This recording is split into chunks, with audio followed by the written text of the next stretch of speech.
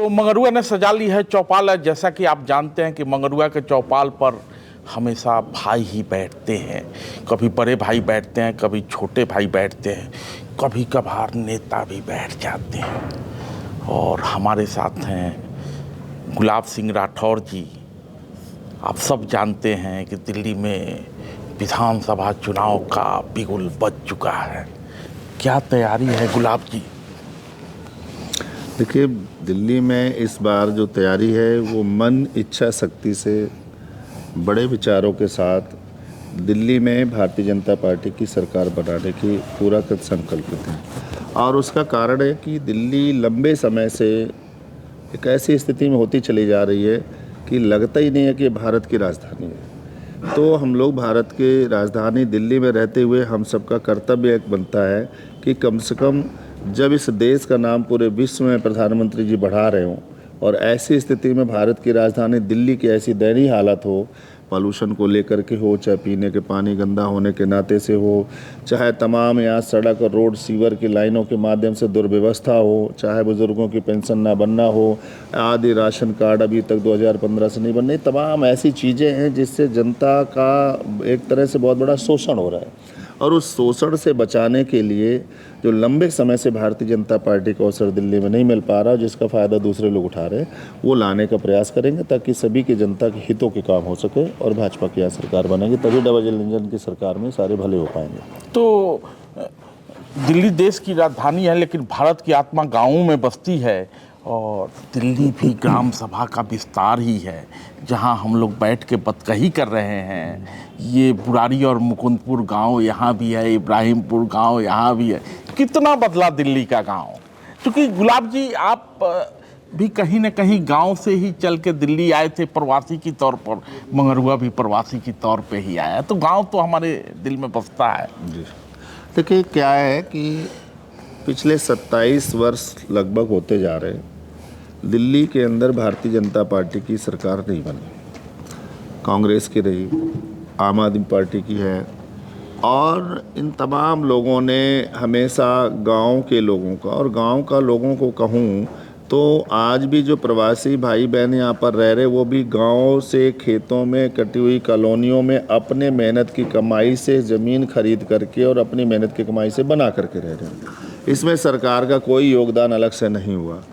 तो ऐसी परिस्थिति में ना तो गांव का विकास हुआ, ना गांव में आए हुए प्रवासियों का विकास हुआ, बल्कि अभी के वर्तमान मुख्यमंत्री जो पूर्व मुख्यमंत्री हैं आम आदमी पार्टी के संयोजक, उन्होंने तो दिल्ली के अंदर गाँवों को कह दिया था यहाँ तो कोई किसान ही नहीं है, यहाँ कोई किसान है ही नहीं। अब किसान नहीं है तो जब किसानों की खेती होती है, यहाँ आज भी गेहूँ होता है, धान होता है, और उनका जब नुकसान होता है तो उनको कोई मुआवजा भी नहीं मिलता।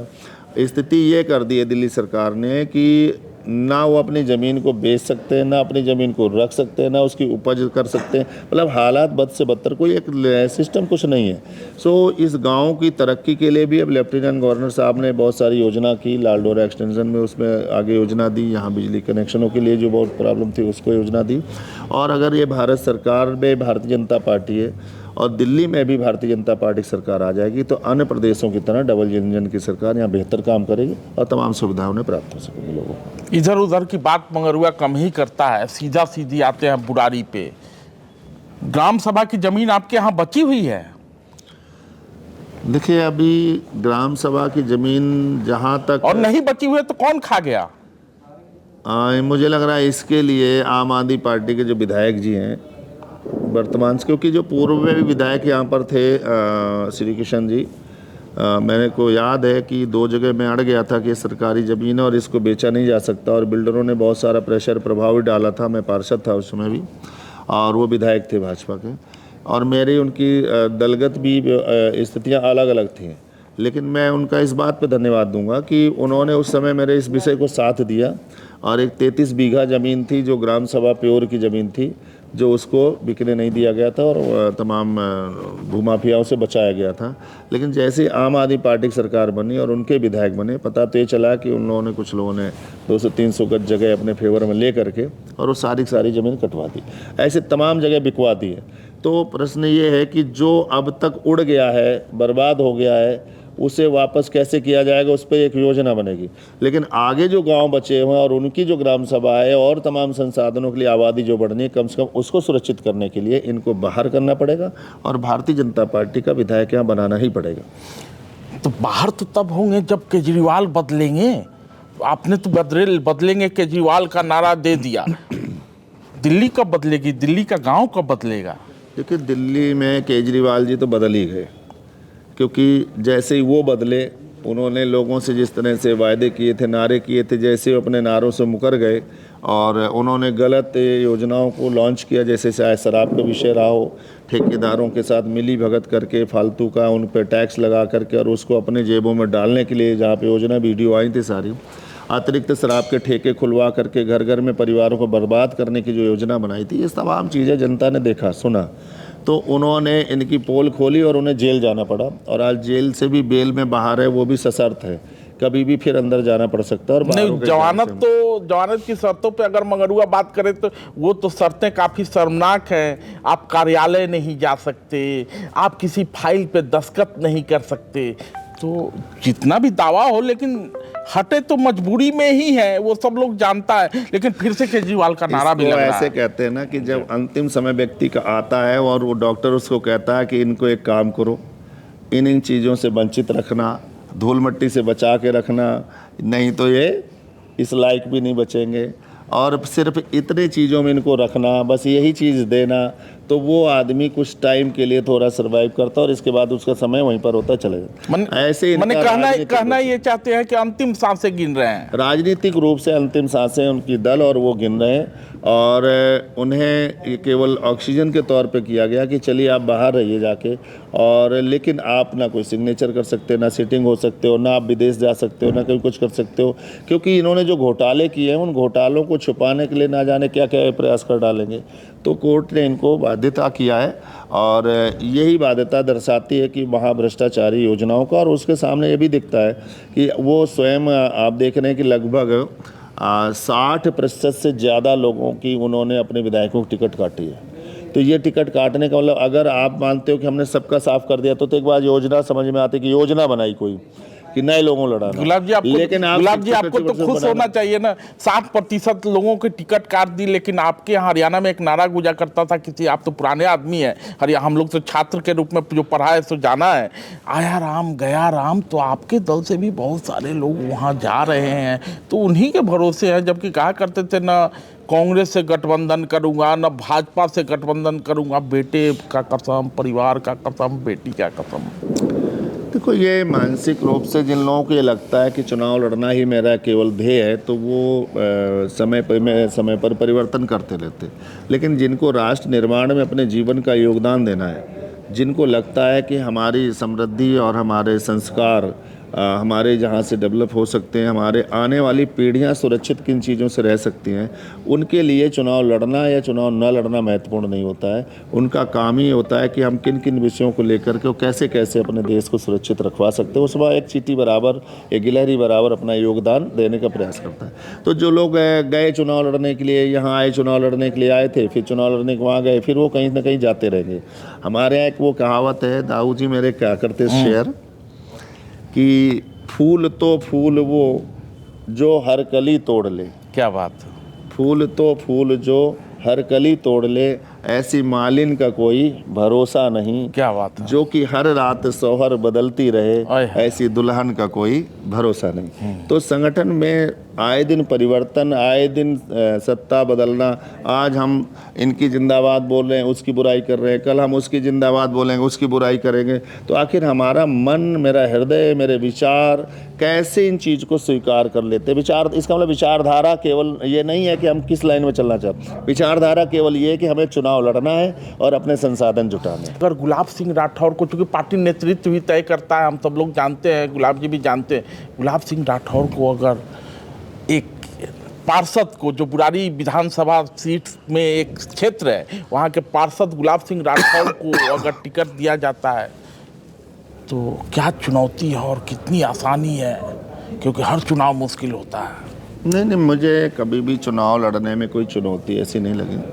मैं 2007 में कॉरपोरेशन का चुनाव दिल्ली में लड़ा था, और लोग सब निर्दलीय कहते, मैं लोक जनशक्ति पार्टी के जी, सिंबल मुझे पर याद है। रामविलास पासवान जी जी जी के आशीर्वाद से मैंने उससे चुनाव लड़ा था जी और अच्छे मतों से चुनाव जीता। तब तो बहुत बड़ा क्षेत्र था। आज बुराड़ी का अगर कहें तो 65% से ज़्यादा बड़ी आबादी उसमें रहती है। जी 2012 में भी हमने इसी प्रकार से चुनाव लड़ा और उसमें 3 गुना ज़्यादा वोटों से जीता। जी तो ये मैं इसलिए नहीं कह रहा हूँ कि ये मेरा कोई अहम है, पर मैं ये कह रहा हूँ कि अगर जनता के बीच में हम निरंतर आप कार्य करते रहते हैं तो वो आपको स्वीकार करते हो, स्वीकारता से ही आपको पुनः जीवित करते हैं। प्रारब्ध भी आपका साथ देता है। हमने 2013 में मार्च महीने में भारतीय जनता पार्टी में पुनर्वास किया जी और वहाँ जाने के बाद हमने निरंतर काम किया। मैं स्वास्थ्य कमेटी का चेयरमैन भी रहा, स्टैंडिंग कमेटी मेंबर रहा, अकाउंट कमेटी को देखा, मैंने आरपी सेल को देखा, तमाम चीज़ें देखा। तो उसमें जब हमें 2017 में जी सभी काउंसलर की टिकट कटी भाजपा के, तो मुझसे पूछा गया था कि गुलाब सिंह जी आप कैसे करेंगे, क्योंकि उनको मालूम था कि अभी बाहर से चुनाव निर्दलीय लड़के आए, जीत कर आए, तो कहीं ऐसा ना उनको बुरा लगेगा या लड़ना ही है क्या चीज़ें। तो मेरा एक ही मन था कि नहीं, जो संगठन का निर्देश हो गया, मैं इस परिवार का एक सदस्य हो चुका हूं और अब परिवार के सदस्य का दायित्व बनता है कि जो हमारा मुखिया कहेगा वही हमें स्वीकार करना, तभी अच्छा परिवार चलता है। जी और 17 में चुनाव हमारे टिकट सबके साथ में नहीं मिली, हमको नहीं मिला चुनाव लड़ने का। लेकिन मैंने बहुत सहजता से स्वीकार वो किया। खतरा अभी भी बना हुआ है गुलाब जी, स्वीकार हो ना स्वीकार हो, चूंकि गठबंधन की बातें शुरू हो गई है और बुराड़ी विधानसभा में एक पोस्टर भी लगातार लग रहा है, तीर ही कमल है, कमल ही तीर है। नहीं, हम पहले उससे करेक्ट करना चाहेंगे कि हमारा कहते का तात्पर्य है कि जैसे कि लोग टिकट नहीं मिली तो छोड़ के चले गए, टिकट मिल गई तो लड़ गए, तो हमारी आदर्शवादी पार्टी है, और अगर टिकट नहीं मिली तो विनाशकाली पार्टी है, ये तमाम चीज़ आती है। तो मेरा कहना है कि हमने लंबे समय तक संगठन के साथ काम करते हुए हमने सीखा, समझा, जाना, अनुभव लिया। क्योंकि मैं एक नदी के समान था, मैं सागर में डूबा और डूबने के बाद प्रफुल्लित करके और जब बाहर निकल के आया सागर में, तो वहाँ पर आकर के संगठन ही है जो पहले मैं 1 वार्ड का काउंसलर हुआ करता था, आज मैं 21 वार्डों का एक जिला जिसका मैं महामंत्री हूँ, 2 बार से जिला का भारतीय जनता पार्टी का। और पुणे 2022 में पार्टी ने हमको फिर टिकट दे करके ऐसी जगह से चुनाव लड़ने का अवसर मिला जिसको भाजपा की दृष्टि से कहते हैं डी ग्रेड सीट है, यहाँ चुनाव लड़ने का मतलब हारना है, लेकिन पार्टी ने विश्वास जताया कि नहीं, यहाँ से गुलाब सिंह राठौर जीत सकते हैं। तो ये मेरे लिए बहुत बड़ा स्वाभिमान और सम्मान का विषय है कि जहाँ ये था कि यहाँ से सीट हारना तय है और वहाँ से भी गुलाब सिंह राठौर पर विश्वास किया जाए कि वो जीत सकता है, तो वो मेरे लिए फ़ख्र का विषय है। और इसलिए संगठन में जब भी जहाँ भी मेरी जिम्मेवारी लगाई, चाहे उत्तर प्रदेश चुनाव में रहा हो, चाहे हिमाचल के चुनाव में रहा हो, चाहे राजस्थान चुनाव में रहा हो, चाहे दिल्ली के चुनाव में रहा, तो मुझे काम करने का शौक़ है और जो मिलना है वो प्रारब्ध है। तो दोनों का समावेश जब होता है तो आपका उज्जवल भविष्य होता है और मुझे मालूम है मेरी पार्टी के अंदर मेरा भविष्य उज्जवल है और मुझे सब कुछ अच्छा मिलेगा, और जब हमें मिलेगा तो फिर किसी को नहीं मिलेगा, बड़ा क्लियर है। तो भारतीय जनता, हमारा केवल मकसद है कि भारतीय जनता पार्टी कार्यकर्ता दिन रात मेहनत करके तमाम योजनाओं के साथ क्षेत्र में पार्टी को आगे मजबूत करता है।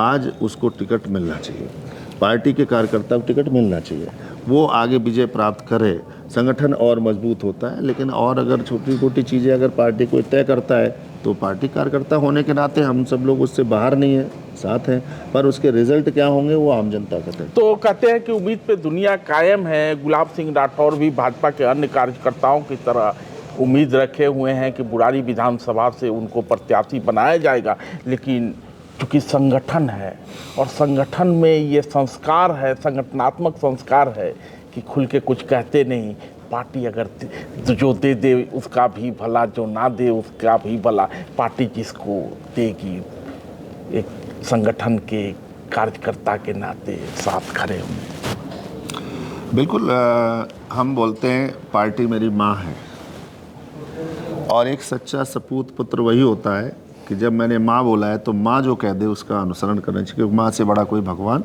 नहीं होता है। तो इसलिए मैं तमाम उन लोगों को से भी कहना चाहूँगा कि जिनके मन में ऐसे कुछ विचार आ रहे हों कि अगर ऐसा हुआ तो हम ये कर देंगे, वैसा हुआ तो ये कर देंगे, तो मैं तो यही कहूँगा कि पार्टी की विचारधारा से अगर हम जुड़े तो उस विचारधारा के साथ हमें रहना है। हाँ, माँ मेरी कितना हमसे काम लेना चाहती है उस पर डिपेंड करता है, हम कितना दुलार करती है ये भी तय होगा, करती है देखना होता है। तो मान लीजिए मैं कहता हूँ मेरी माँ मेरी भगवान है, मैं भगवान के सिवा किसी को सुन नहीं सकता, मैं जितना भी मेरे पास गुंजाइश मैं करूँगा।